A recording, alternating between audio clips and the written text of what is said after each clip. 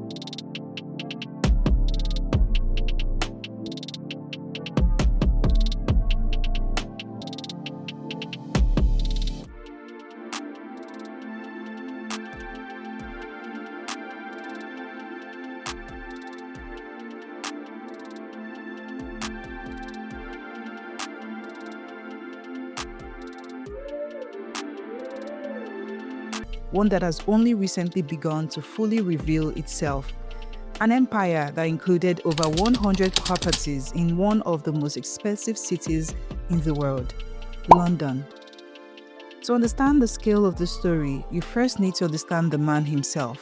Herbert Wigwe was not just another banker.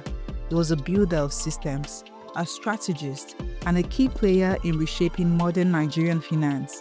As the Group Chief Executive Officer of Access Holdings plc, he led one of the most aggressive expansion strategies in African banking history.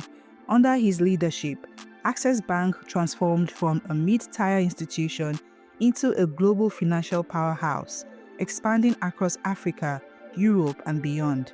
But banking was not only one part of the story, because while many saw him as a corporate leader, others now realize he was also building something much bigger behind the scenes.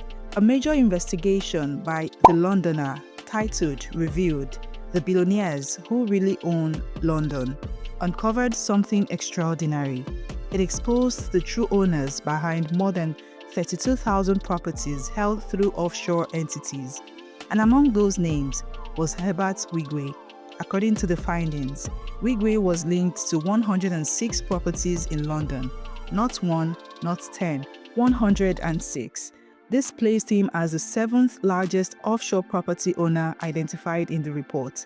Let that sink in.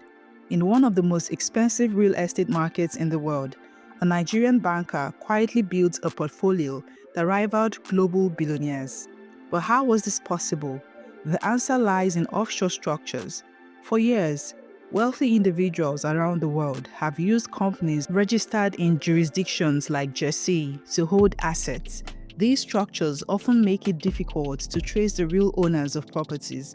In fact, the report revealed that over 2,200 high-value London properties were tied to companies based in St. Helier, Jersey alone. These systems are not illegal by default, but they are designed for privacy, tax efficiency, and asset protection.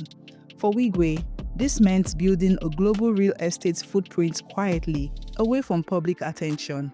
Until now, Wigwe's ranking placed him alongside some of the world's most powerful investors, names like John Corliss, Simon Rubin, Alexander Bard. These are individuals and families known for massive international wealth, and yet Herbert Wigwe stood among them, not just as a participant, but as a major player. This changes the narrative because it shows that his influence was not limited to Nigeria or Africa. He was operating on a global scale. Despite his international investment, Wigwe's strongest footprint remained in Nigeria. Through Access Holdings plc, he played a key role in expanding financial inclusion, supporting businesses, driving economic growth. He was also deeply involved in philanthropy and education. One of his most ambitious projects was the creation of Wigwe University, aimed at redefining higher education in Nigeria.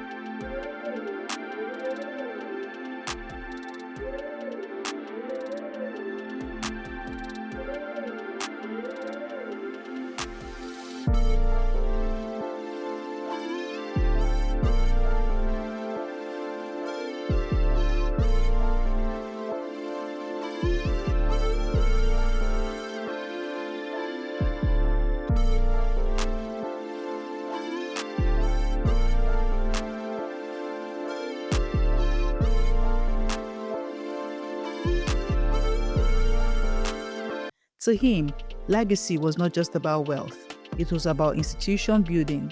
Wigwe's business interests extended into multiple sectors, from finance to real estate, from education to global investments. He represented a new class of African billionaires, those who were not just participating in the global economy, but shaping it. And then, suddenly, everything changed. On February 9, 2024, tragedy struck. Herbert Wigwe lost his life in a helicopter crash in California.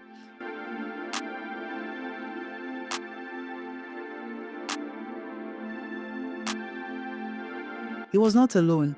On board with him were his wife, his son, Abimbola Ogunbanjo, former chairman of the Nigerian Exchange Group, and others. All 6 passengers were confirmed dead. The news sent shockwaves across Nigeria and beyond. A final report by the National Transportation Safety Board revealed a critical detail. The crash was linked to the pilot's decision to continue flying under visual flight rules, despite adverse weather conditions. In simple terms, the helicopter entered dangerous conditions that required instrument navigation, but continued operating as if visibility was clear. It was a decision that proved fatal. After his death, a new chapter began, one filled with legal battles. Wigwe's estate, which includes vast assets across multiple countries, has become the subject of disputes among family members. Questions over inheritance, control, and distribution have surfaced in court. This is often the hidden side of great wealth. When empires are built across borders, managing them after death becomes even more complex. So, what does all this mean for Herbert Wigwe's legacy? On one hand, he will be remembered as a transformational banker, a visionary leader, a builder of institutions. On the other hand, these new revelations show something more. A man who understood global finance deeply, and used that knowledge to build wealth on an international scale. This story is not just about one man, it raises bigger questions. How do the world's wealthy manage their assets? Why are offshore structures so common? And what does transparency really mean in global finance? The law that exposed these properties was designed to answer these questions, and in so doing, it revealed just how interconnected global wealth truly is. Herbert Wigwe's life was a story of ambition without limits. From Nigeria to London, from banking halls to global investment, he built an empire that many are only now beginning to fully understand. But his story is also a reminder that behind every empire is a human story, a life, a family, a legacy, cut short in an instant. What do you think about these revelations? Does this change how you see about Wigwe's legacy? Or does this simply confirm the scale of his success? Drop your thoughts in the comments. Let's talk. We've been partners from day one, and we'll continue. Whereas the government, rather, we will be very happy if they can meet their commitments. We will go on anyway, but would like the state government to be a part of this whole thing, because it also shows their own commitment. They've been part of us. They've done a couple of things in the past. They've said they will support, but I think now they'll give a bit more teeth to it, and we'll only be too happy. Well, it's difficult to put a specific amount in terms of the number of classes that we expect to build.